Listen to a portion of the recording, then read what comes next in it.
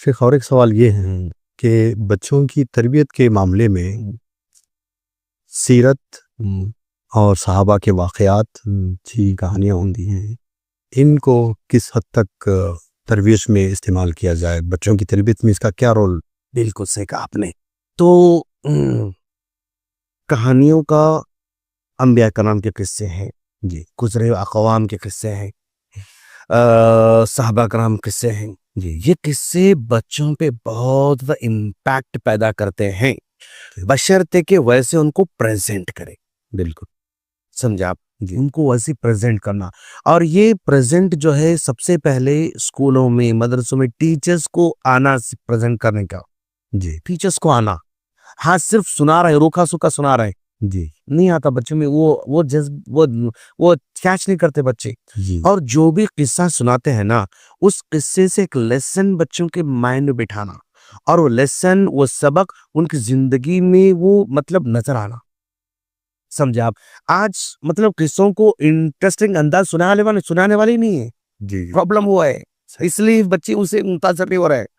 तो मैंने देखा कि माएँ अक्सर माशाल्लाह यानी बच्चों को रात में सोने से पहले वो किस्से सुनाना चाहती हैं। जी, अब ये साहबा कराम किस्से सुनाने के लिए उन्होंने मार्केट से किताब खरीदना शुरू किया, और किताब में आर्टिकल मज़मून शक्ल में ही वो सीरत बयान की गई है। बिल्कुल। और जब बच्चे सुनाना शुरू करते हैं तो बच्चे बोर हो जाते हैं। जी, जी, तो मैंने क्या किया, उनके प्रॉब्लम्स को देखते हुए, माँ सुनाना चाहती है किस्से अपने बच्चों को, जी, लंबा भी नहीं होना चाहिए, जी, मुख्तसर भी नहीं होना चाहिए। तो मैंने एक किताब लिखी है, साहबा कराम के सुनहरे वाक़यात। माशा 40 साहबा कराम के 40 वाक़यात को मैंने उसमें जो है लाया है, और हर वाक़या 2 पेज पे डिपेंड करता है। जी, और वाक़या कैसा है, स्टोरी शक्ल में माँ शुरू करती है, मंज़र कशी है उसमें, जी, मौसम जो है क्या है, बारिश वाला मौसम है, जी, रिमझिम की बारिश बरस रही है, खिड़कियों पर बारिश के जो है बूंद गिर रहे हैं, ठंडी-ठंडी हवाएँ चल रही हैं। जी, माँ इशा की नमाज़ पढ़ने के बाद अपने बच्चों को लेकर खिड़की पास बैठी हुई है, और माँ कहती है, "बेटो चलो, आज मैं उस्मान गनी रज़ी अल्लाह के बारे में किस्सा सुनाना चाहती हूँ।" जी, तो बेटा कहता है, सवाल करता है, "अम्मी उस्मान गनी कौन थे?" जी, माँ जवाब देती है। फिर बेटी सवाल करती है, "अम्मी गनी का मतलब क्या है?" जी, तो ये कन्वर्सेशन की शक्ल में जब स्टोरी आगे बढ़ती है ना, तो इंटरेस्ट पैदा होता है माशाअल्लाह। तो मैं नाज़रीन को ज़हन नशीन भी हो जाए। हाँ, नाज़रीन से रिक्वेस्ट करूँगा कि अगर आप चाहते हैं कि भाई अपने बच्चों को किस्से सुनाएँ, तो ज़रूर किताब जो है अपने लें, और बिल्कुल, अपने रोज़ाना शाम में बच्चों को सुनाएँ। 10 मिनट्स में जो है काम पूरा तमाम हो जाता है, लेकिन वो मंज़र कशी है उसमें। जी, जी, मंज़र कशी से जो है बच्चे के मतलब वो ज़हन में स्टोरी बैठ जाती है। जी, और टीचर्स को ज़रूरी है कि वो स्टोरी सुनाना सीखें।